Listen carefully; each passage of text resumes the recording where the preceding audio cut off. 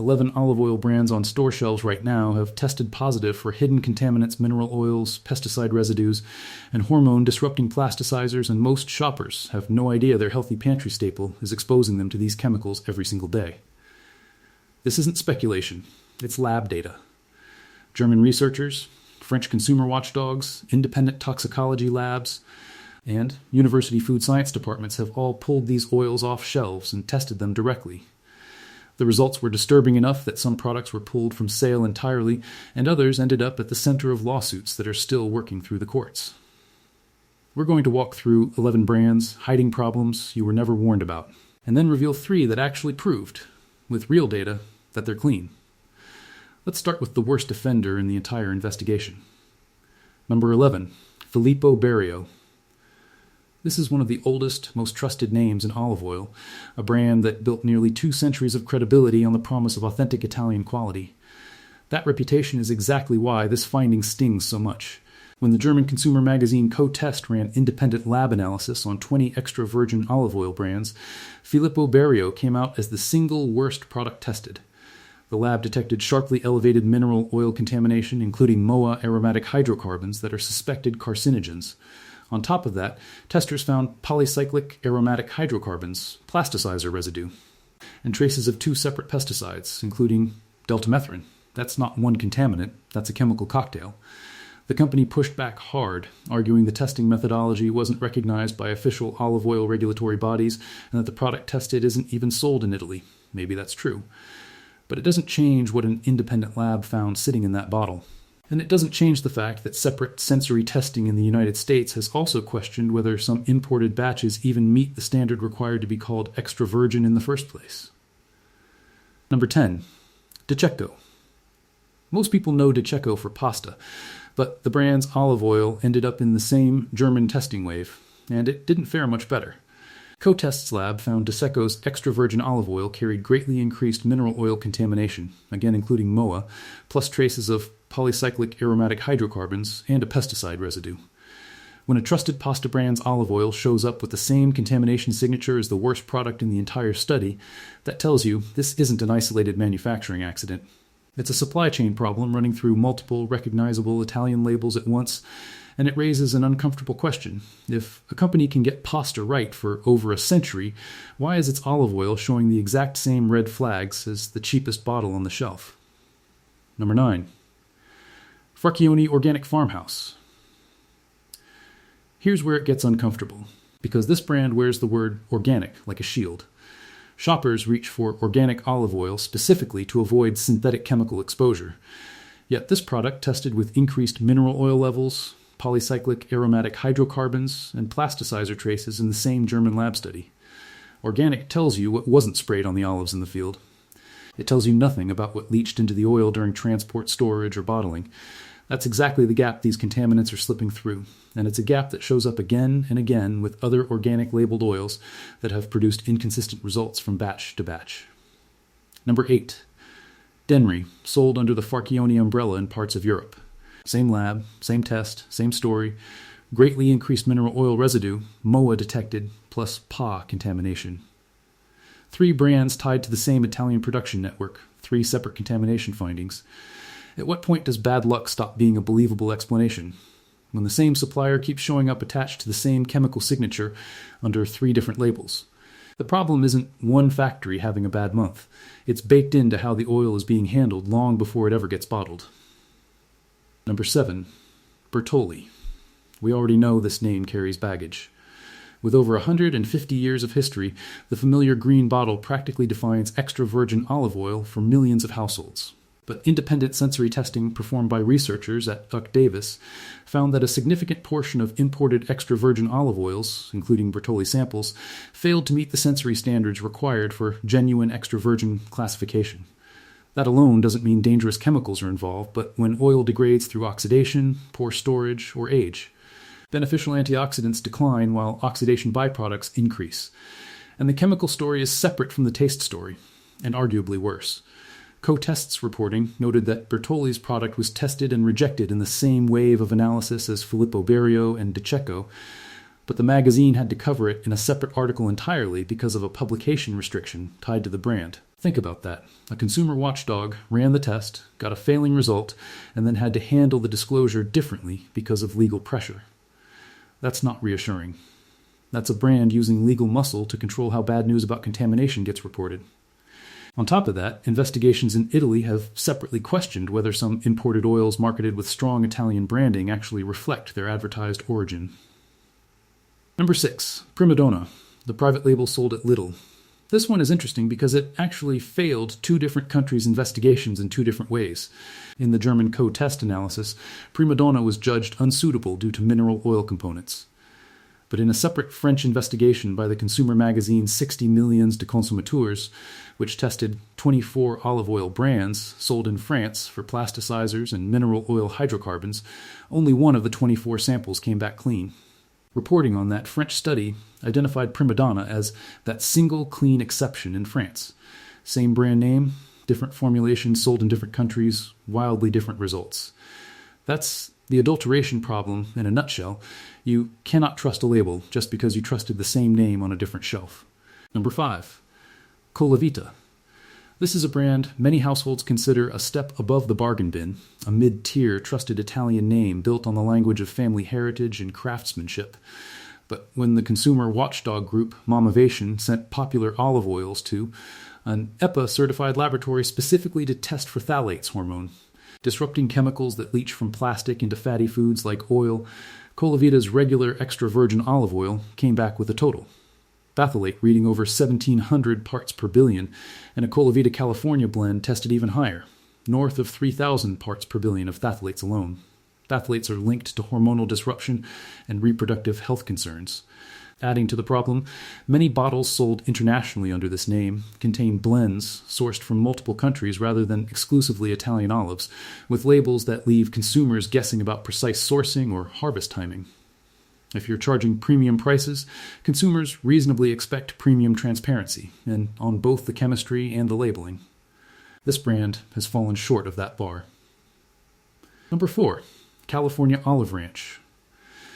This one will surprise people, because California Olive Ranch has built its entire brand identity around transparency, harvest dates, QR codes, single-source olives, award after award. But the same Momavation lab testing found California Olive Ranch's 100% California extra virgin olive oil carrying total phthalate levels over 2,600 parts per billion, with total plasticizer contamination near 4,000 parts per billion. Premium branding and contamination are clearly not mutually exclusive. A clean-looking bottle with a CR code on the back can still be hiding the exact same chemical problem as the cheapest jug on the bottom shelf. Number 3. The wider-made in Italy private label problem exposed by the French study. When 60 Millions de Consommateurs tested 24 olive oil brands sold across France for mineral oil hydrocarbons and plasticizers, 23 out of 24 samples came back contaminated. Only one brand tested clean. Read that statistic again. 96% of the French sample failed.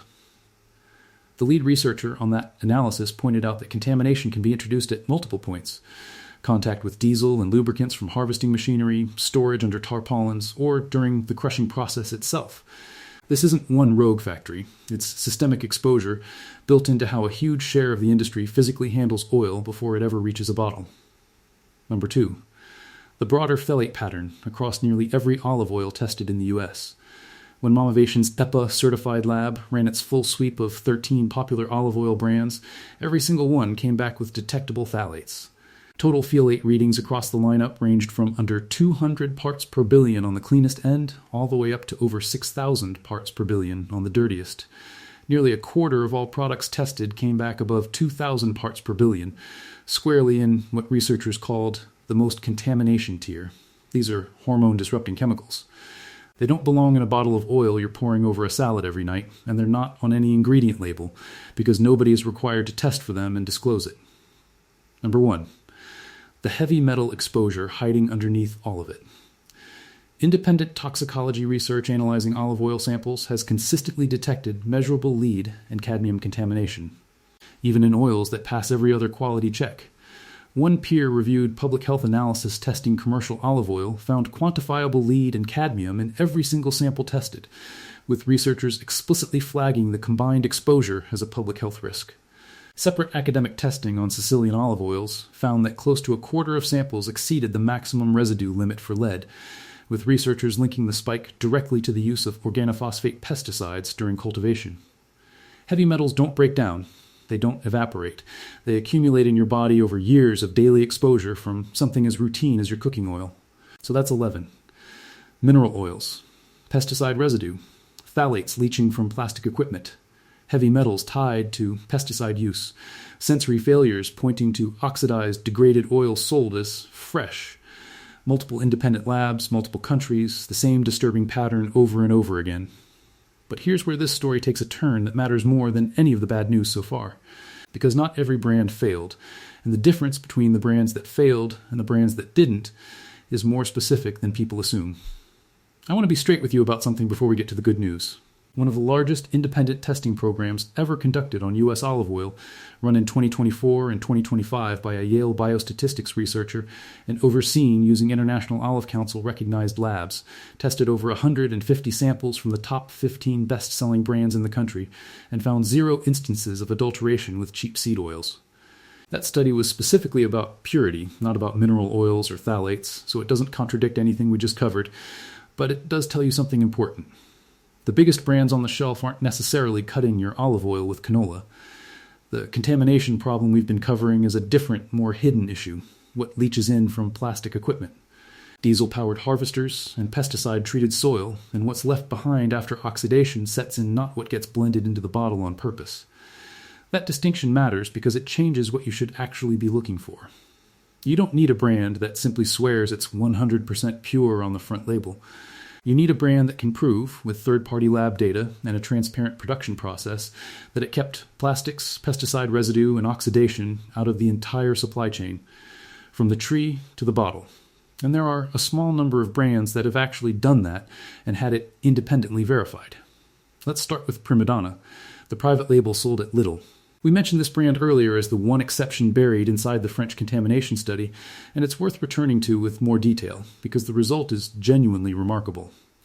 When 60 millions de consommateurs tested 24 olive oil brands sold across France for plasticizers and mineral oil hydrocarbons, 23 failed. Prima Donna was the only sample that came back with no detectable contamination from either category. This is a budget olive oil, roughly €7 a litre, sitting on a discount grocer's shelf, and it outperformed nearly every premium Italian name in the same test.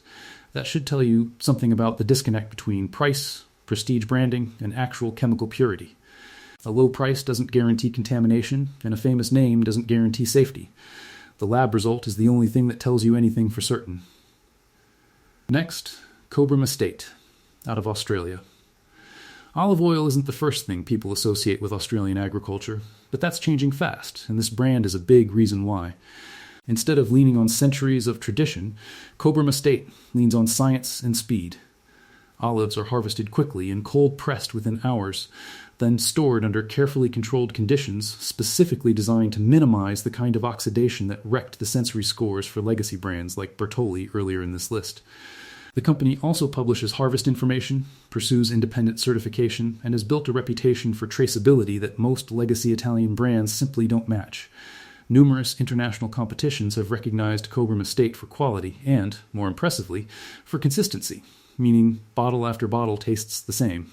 In an industry where contamination and degradation so often trace back to long, opaque supply chains, a short, controlled, well-documented one is exactly the kind of structural difference that shows up in lab results. Finally, Cassandrinos.